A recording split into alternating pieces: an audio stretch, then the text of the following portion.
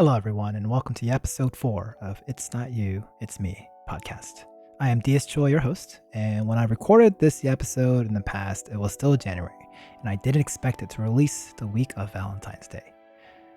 Oh well, I wasn't even sure if I'm going to release it at all, but here I am, and the episode's about me mulling over how I haven't started the podcast yet. It was still while I was traveling. But as you know, that I've already started this podcast, and I wasn't even sure if I was going to release this particular episode, but I said, whatever, it's done. Just post it. It can be a lesson for future me. And that being said, because it's Valentine's Day, I have added a bit of a surprise at the end. So without further ado, here's episode 4. Mic check 1, 2. All right, so I definitely need to be yapping more as I'm trying to record something for the episode. I don't have much time today. It is what it is. I've been procrastinating, the usual. I want to start a new channel, basically, on YouTube. I do want to stick with the name It's Not You, It's Me. Inyim. Inyim. It's not you, it's me. And the reason why I want that title is because it's a weird dichotomy of sometimes we're willing to tell the truth about a situation, and it may be true, right? Like it is not the other person, it's me.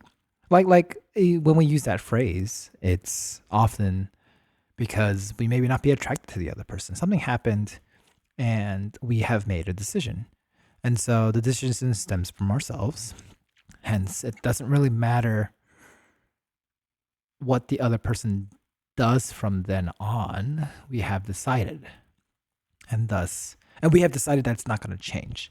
Now, is that really the truth? I don't know. But it's a form of truth telling about a situation that you don't like. And I think truth telling is a topic that I want to talk about, because that's like the essential thing in how we grow as individuals.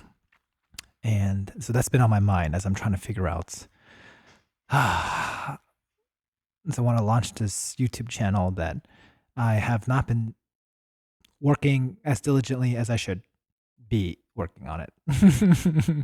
Like I should be editing the episodes and I should be trying to do more stuff, but again, things are getting in the way, and most of it's myself, right? It's me. It's not you, the audience, it's me. And that's the truth. I've been wanting more structure about things to talk about, and maybe this might be the last episode that I do.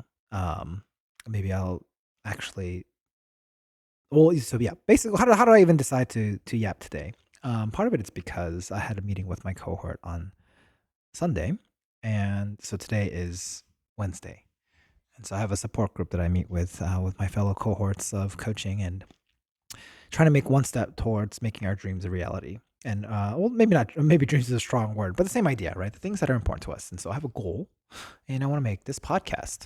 And so if I want to take a step towards that reality, I need to publish something in the world. So far, it's been shared. Not even shared, honestly. It's just been recorded. Probably episode 0 has been recorded to be shared. And I've recorded a few. I don't even remember what number I'm up to now. I feel like since I am in January, this is probably somewhere below 10, but above 5? Somewhere in that range. I haven't been keeping track. That's how bad of the structure this episodes are. And I want to get more consistent in yapping, but also more structure in what I'm yapping about. And so today, maybe it's practice. I'm practicing to yap about what is important to me, about creating this channel, creating this podcast, and what future I'm looking at towards helping people with my coaching business. For those who have been listening, it might not have been very clear. I don't even remember what I don't even know what I yapped about before. That's how unstructured this is.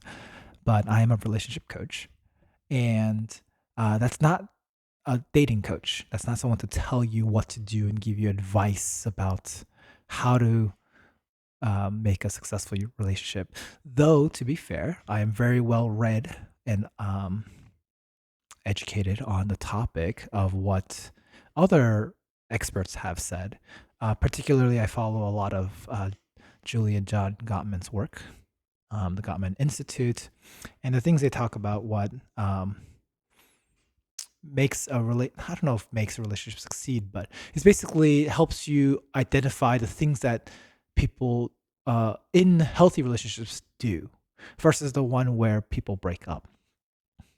And so it's not quite the causal relationships, but it's more so they're identifying the differences between the two.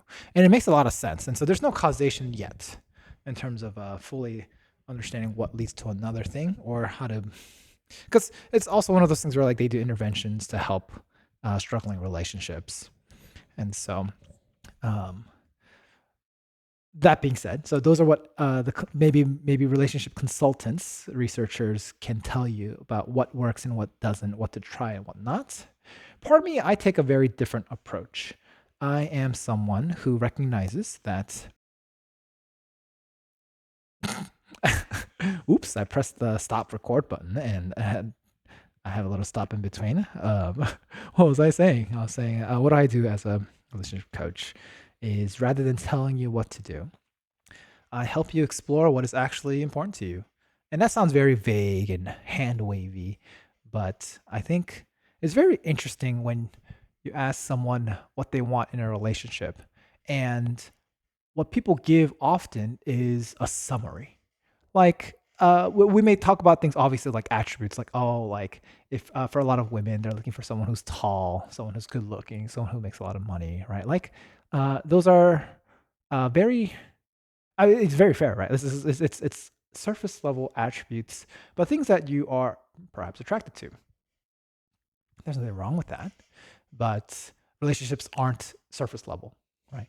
And so we have to peel the layers of what you actually want. And this can be true in other aspects of your life too. I just focus on relationships because I believe that what the world problem that I want to solve and be a part of the solution too is healthy relationships.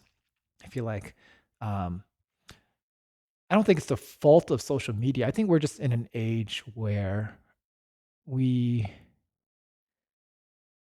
want healthier relationships for ourselves, but we also don't know how. I think we're finally at a point in time in history where women have a lot more agency and voice in being able to choose a partner, um, being able to compete in the socioeconomic status, like where women often are making more money than men. Um, they're graduating from college at a higher rate than men, and it can be a struggle to date in this age where gender roles are not as static. And yeah, so basically, a very unique time in history for us to make decisions for ourselves that we may not have been able to make before, to make fulfilling relationships rather than what would you call it? Not necessarily forced marriages, like arranged marriages and things like that. It's more so that you want to find a partner that's more has more qualities than perhaps uh, your parents had to endure. And obviously, it depends on what kind of marriage your parents had too, and their parents and all that. It's like, what did you learn by association? What did you learn just by being around your parents? Maybe being around your friends and other things like that. Now, what I want to say is everyone is unique in the sense that if you're paired with someone else, your relationship, uh, like one plus one, and this is I guess I'm talking more about monogamous. I was going monogamous, monogamous relationships where you're just seeking one partner.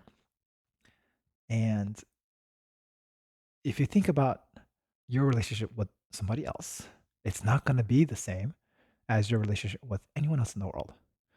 Any two relationships, there are no equals. You create and make a unique interaction with the person you have chosen. And I think that's beautiful because I think we often think and look for advice and relationship advice to be like, oh, what do you do? Like, how do I'm in this situation. And yes, you can ask advice from your friends and other people who've been in relationships to give you some sort of idea, right? About what a healthy relationship could look like. And at the same time, it is also true that what works for someone else may not work for you. And that's kind of the paradox, um, where there are healthy relationship behaviors. Um, but in the end, it's kind of a relationship that you build and create together. And it does not have to look the same as anybody else's. And you can be very, very happy with that dynamic. And so, I mean, for example, some traditional views include yeah, maybe it's cisgender, heterosexual, like man and woman.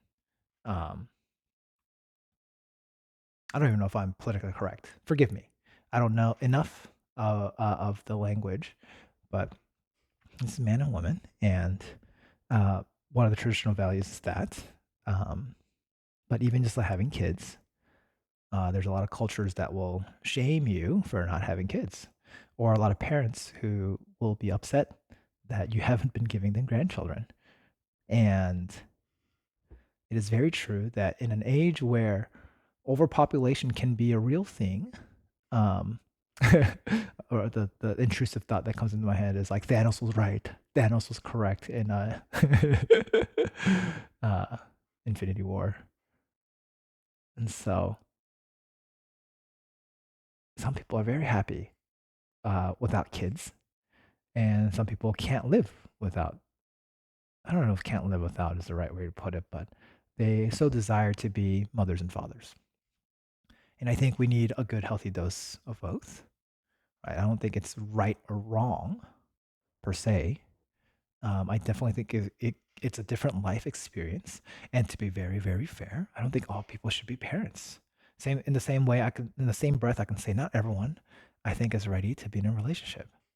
I think relationships are great and people desire it, but it's definitely true that some people, though they desire it, are not in a place where they can maintain healthy relationships. And I think uh, that's where also the title comes in. It's just like, it's not you, it's me, right? It's not the other people. It's things that I have to work on legitimately. And some people kind of get stuck there. They're just like, yeah, there's something wrong with me, and it's not you. And you may brush it off. You might say, oh, like, I don't, like, I'll figure it out. Um, and the question is, how many years, how many people, how many relationships are you willing to go through before you decide to break your pattern of behavior with people? I'm kind of basically thinking to myself as this is basically a draft to what I hope to be episode 1 of the podcast. I don't even know how I'm going to release these old episodes, these secret episodes, the things that I talk about. I'll think about that in the future. But what do I want for people? I want people to actually, well, that's what I want. But there are some times in life, I guess I'll tell a quick. I don't know if story is the right way to put it, but I think when people tell me what to do, this is, I think, yeah, I think I get annoyed, right? It's just like, you don't know me. Um, I already know. Uh, like it's like nagging, right? Like I'm Asian. Asian parents often nag, and it's just like you don't need to tell me twice. You don't need to tell me even once, perhaps. Like I already know. I guess a simple example is like when I was young and I was supposed to clean my room or something. If they told me to clean my room, I got pissed because I was gonna do it anyway. But the fact that they told me made me feel like I want to be rebellious now. Like you kind of fucked up my mood. Like why? Like I was gonna do it anyway. Why did you have to rub it in? Like if um. And as I'm even recalling that story now, what is the feeling that I'm having is I'm feeling disrespected, like as if I wouldn't do it. And this is where I have to reflect, is because as a kid, they're probably saying that because I usually did not do it, right? So there is evidence for why they are nagging or telling me. Because honestly, if I were a consistent person who cleans their room, yeah, if I consistently clean my room, there will be no need for them to tell me to clean my room, right? Because I would have already done it regularly, that they wouldn't have to mention that, right? People only mention things about what you should do because of the fact that you don't do it. Here's another example. For me, I recently got back into jump roping. I'm really, really, really, really happy that I got back into that because I've really been wanting to direct my life to be healthier. One of my goals for this year is to be physically fit and healthy.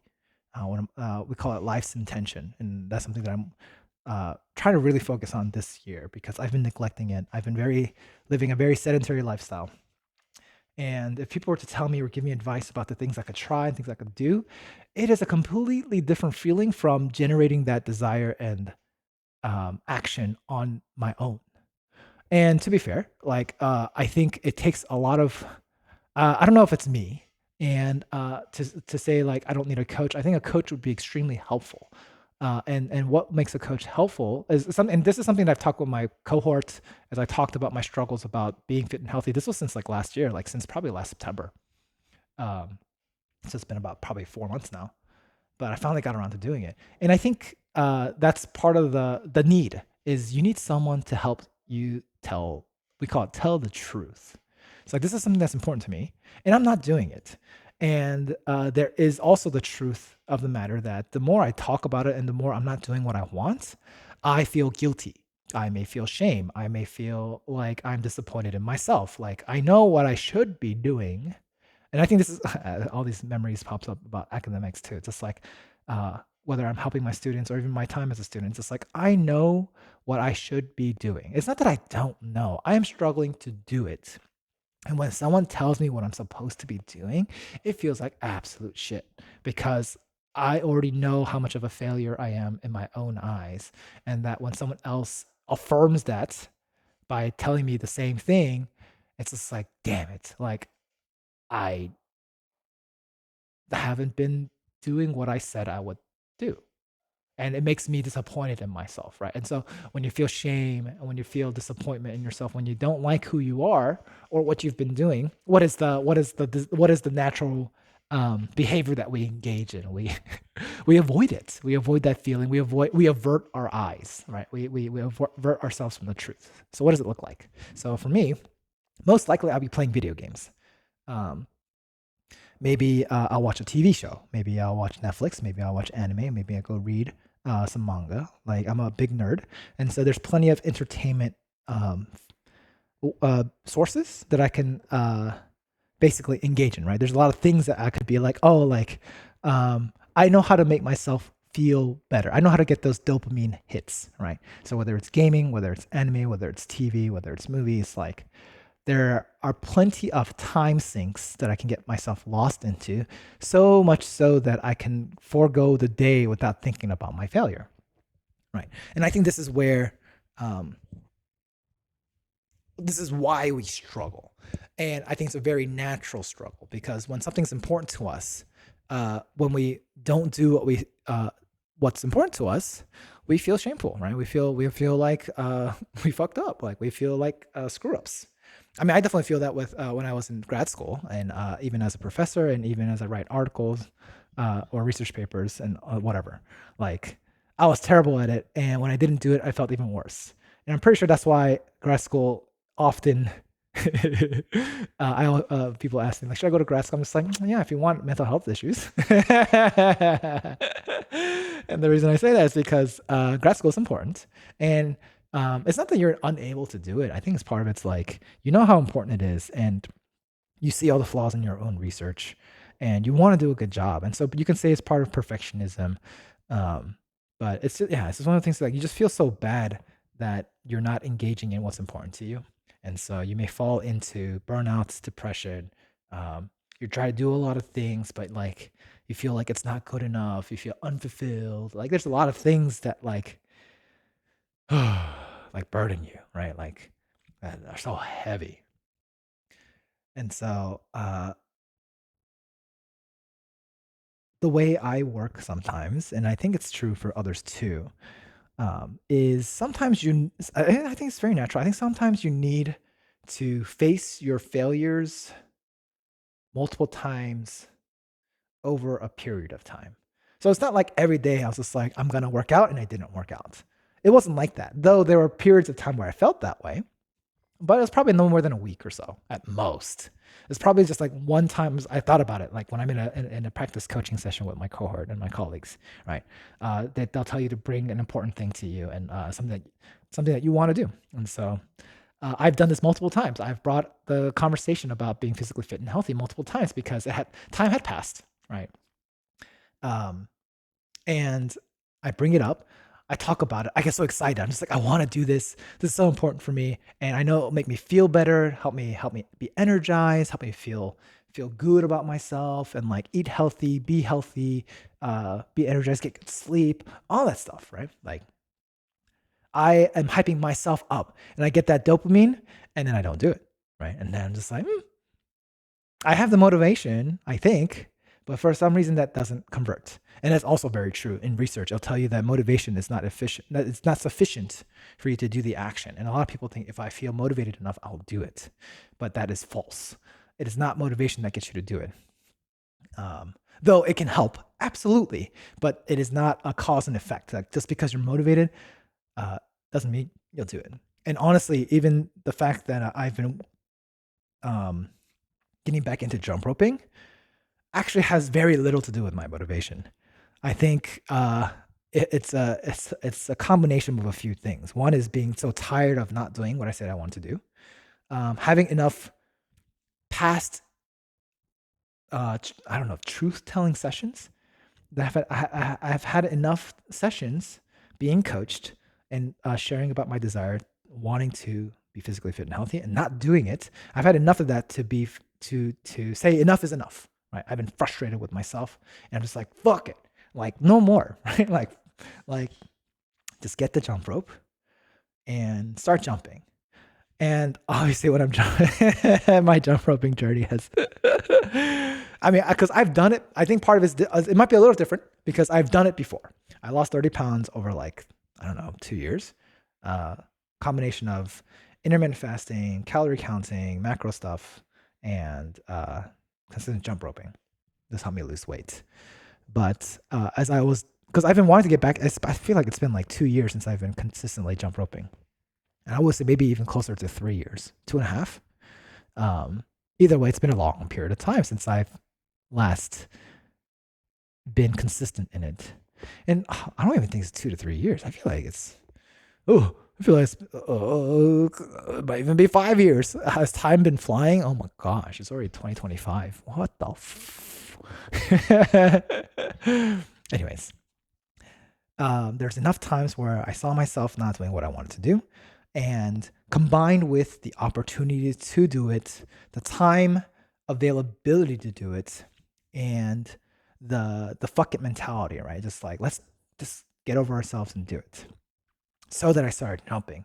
And I think this is also the important part. While as I'm jumping, I'm just like, fuck, I'm not as fit as I used to be. And so it's hard.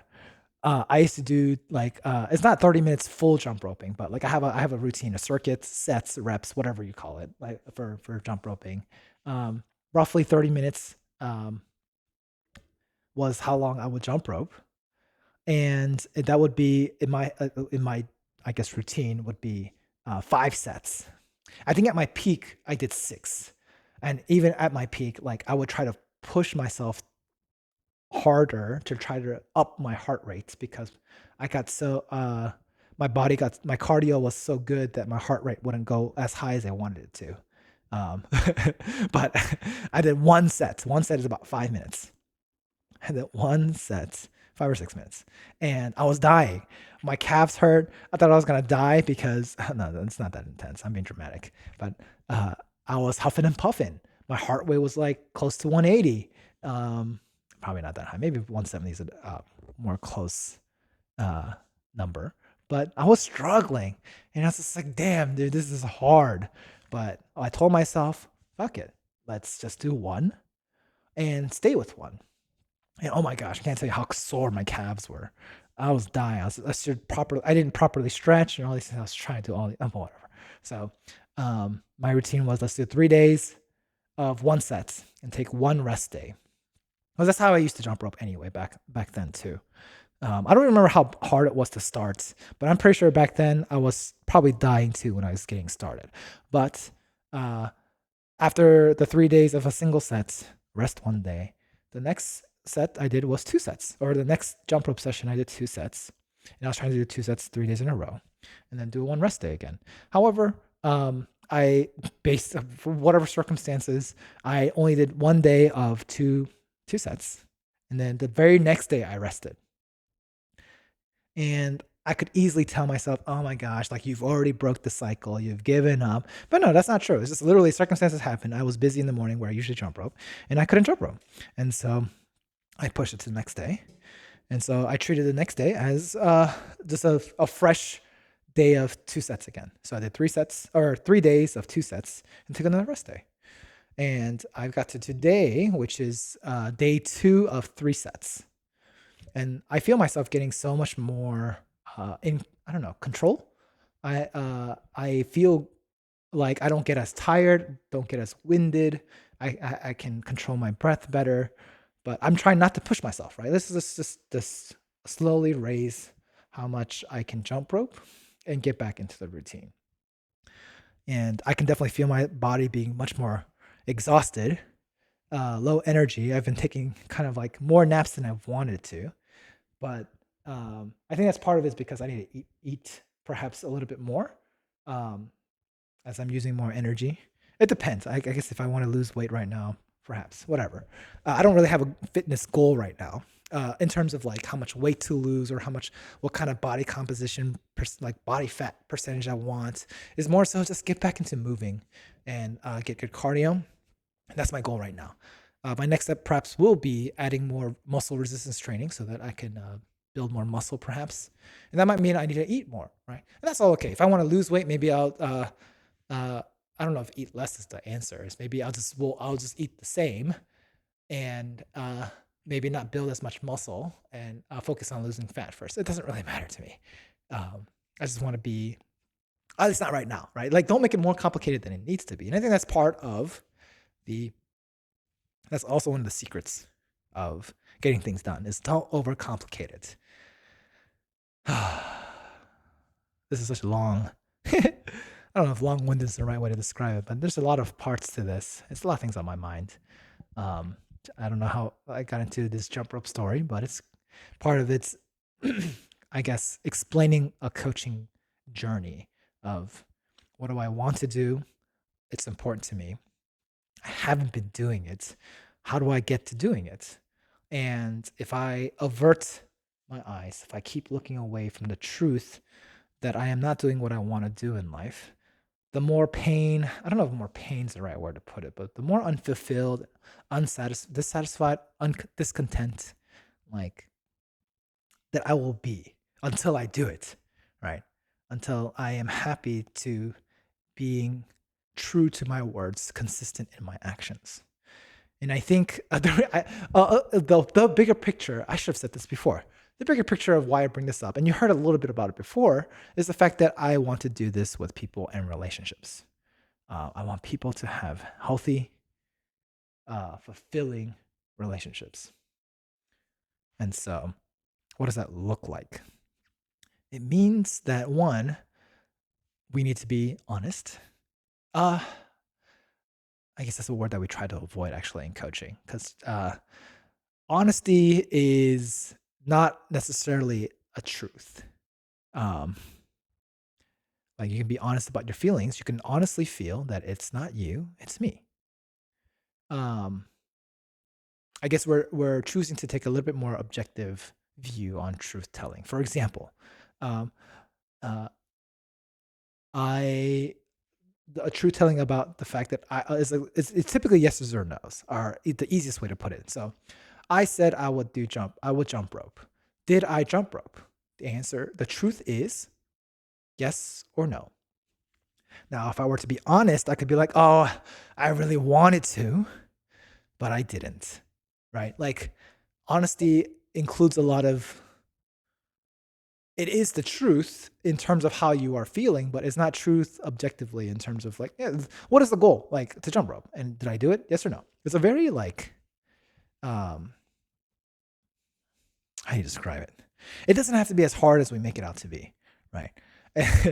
I'm thinking of what's that song? Was it Sabrina Carpenter or who was the?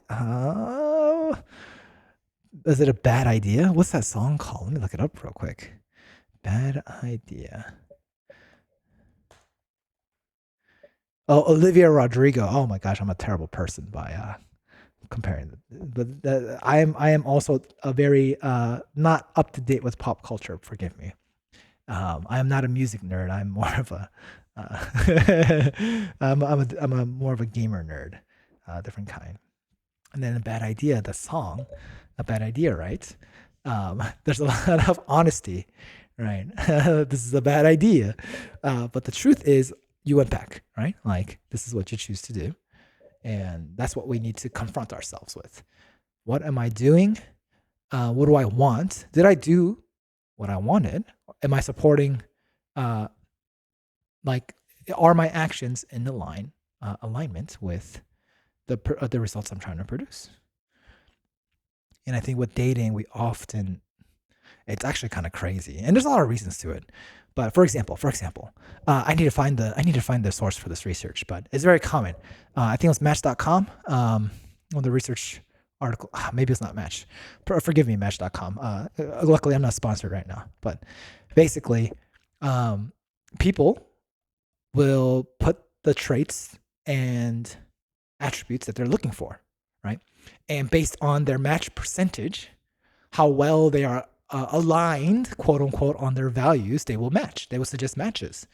And the research shows that you will match with people who are aligned with you and you won't like them. Surprise, surprise. Why? It's because we're not being truthful. We might be honest. These are the things that we may like, but are they actually things that help promote healthy relationships? And I think that's the hard question. The truth of our situation in this day and age. It's just like, I want someone X, Y, and Z. And you might meet someone with X, Y, and Z, and you might be like, oh, that's what I want, but I'm not attracted to them. I hear that all the time. It's crazy. And I myself am guilty of experiencing that myself. It's like you want a healthy, stable, emotionally available partner. You meet them and you're like, I'm not that interested in you. I'm not that attracted to you. It doesn't create that spark in chemistry. And oftentimes, the people that we're attracted to are often people, not always, but often people that it feels good in the beginning. And the longer we are with them, we realize, oh, no, I do not see a long term potential with this person. But, and a lot of people I don't know if excuses is the right word, but a lot of people feel like they've invested a lot, or they're in love, or yeah, they really like this person and they want it to work.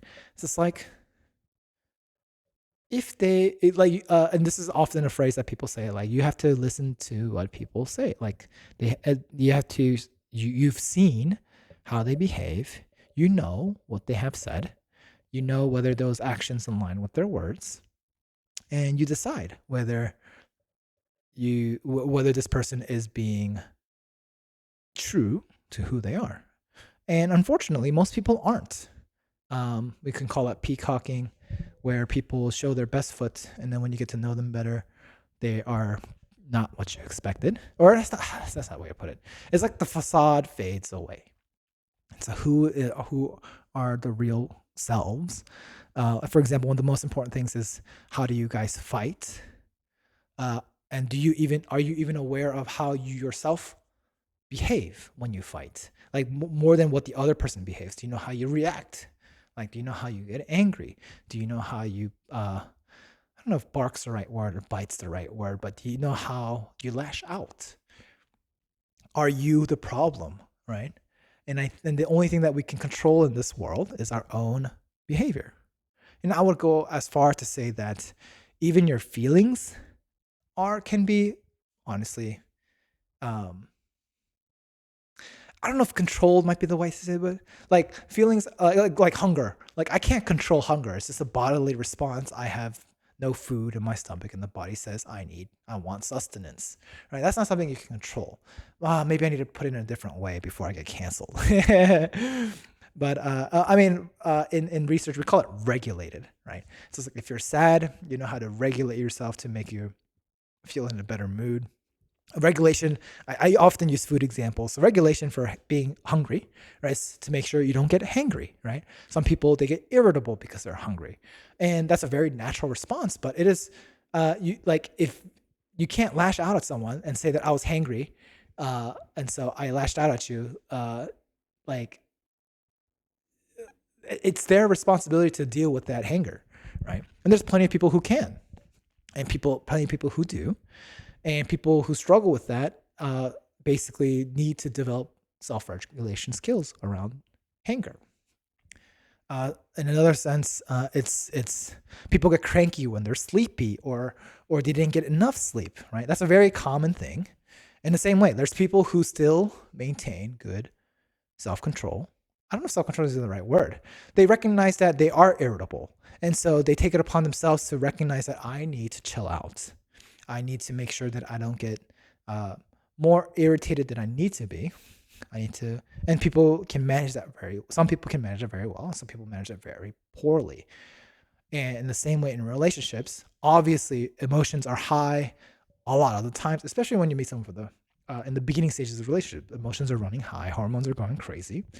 And if you're not able to regulate that properly, aka, what I'm trying to describe is if you're unable to tell the truth, that you're feeling this way and that you're not seeing clearly. It's like being drunk, right? It's just like some people behave in ways like they'll deny that they're drunk when they're clearly tipsy or drunk, right? Like their judgment is off and they're unable to tell the truth. So what does coaching do is we help you tell the truth. What is working? What is not? What do you want? What isn't what you don't want? And for some people, it might take multiple relationships failing for them to be able to see a pattern. Some people, it only takes a few or a single failure to be like, oh, I saw how I showed up here in this relationship. I was very clingy, or I was very overwhelmed and didn't. There's a lot of things, right? Like, so avoidance would be distracted, anxious people will be clingy. Like there's behaviors that we didn't even recognize that we had in ourselves until you perhaps get into your first relationship. Oftentimes we don't really have to look very far.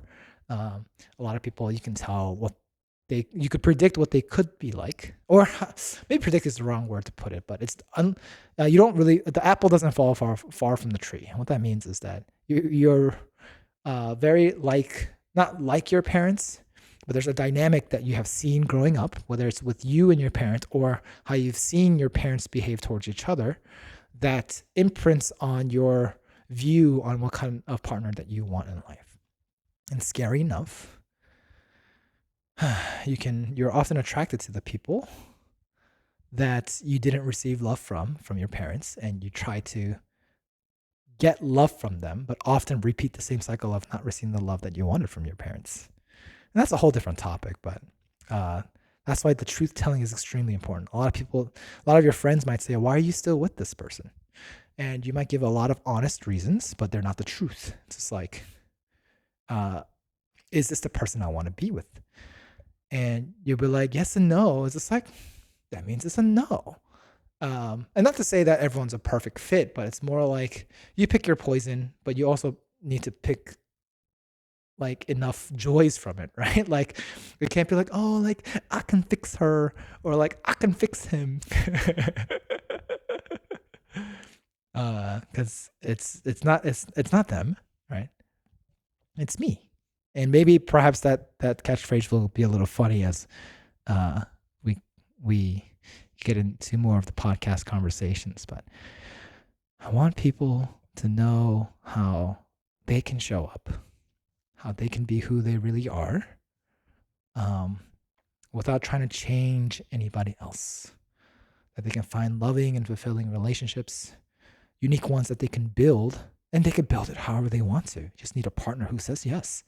And you don't need a lot of people. You don't necessarily need to play the game. You just need one person to agree, one person who is willing, one person who is healthy themselves or willing to be healthy and working on it consistently. Right? It's the same thing with weight loss. More than I think any training, athletic training, is about consistency. Any success is consistency. Just do what you say you will do, and you do that consistently, one step at a time. And honestly, that's where I've been failing personally too. I'm trying to create this podcast, and I'm not doing what I said I would do. The only thing I'm doing is yapping. I haven't structured a podcast. I haven't done X, Y, and Z, blah, blah, blah. I can think of a lot of things. And the reason I'm not even clear about it is because I'm avoiding it.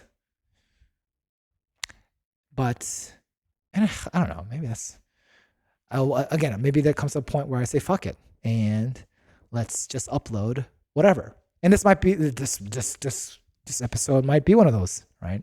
Less structured, less edited, not properly thought out, terrible, but maybe you can relate. And this is a journey of my own coaching business, coaching goal, to be an effective coach. I guess now being an effective podcaster. I mean, the podcast is secondary. It's more so an avenue for my clients to get to know me, maybe some of my thoughts. If you're interested in getting coached, you can reach out. Feel free.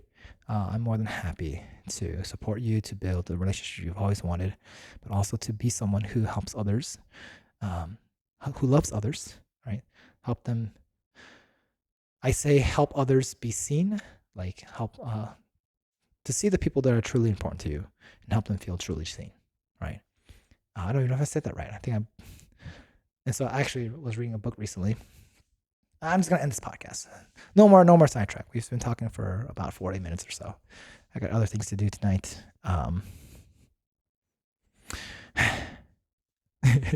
Why the long sigh? It's just like, for me personally, I see people who really want good relationships, and there's people I care about who are also looking for good relationships. And I feel that most people don't know how, and I think for very good reason. I think we've had very bad examples.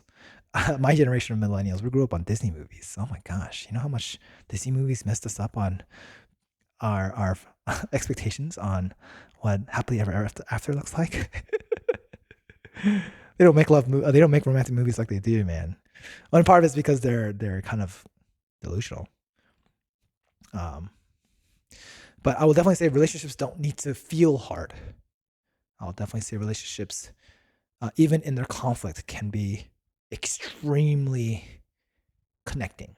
That your conflicts can bring you even closer than when you didn't have conflicts. I'll say that your differences can be the spice of life. That you don't need someone who matches around everything. That there are plenty of people who you will find that you can still love despite how different they are. And for some of you, you love how similar they are to you. But, or I guess, and I want people to find and build relationships that they would love to build. That is like nothing that they've ever seen, and that others would be jealous at how unique their love is. Right? I want to see more of my friends in which I am jealous of in their unique relationship. I don't think I have enough of that, but that's something I want to build. And so with that, I sign off. Thank you for listening to the episode where I just talk about nonsense. Whatever's on my head. I'm trying to build a podcast. This is my journey. Thank you. Thank you. Catch you next time. Bye-bye. So if you've made it this far, here's the surprise. It's my first Valentine's Day with a girlfriend, and we're long distance. And because of other circumstances, I thought I wouldn't be able to do anything for her. And she herself has expressed that we don't need to do anything special, but I just had to do a little something. And so here's that little something. Surprise.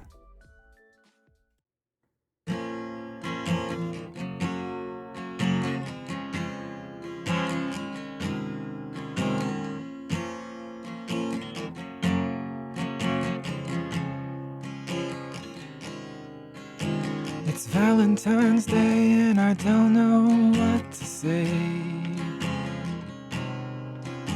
And didn't think I'd sing and practice the guitar today. Even with the song choice, minor key to woo the babe.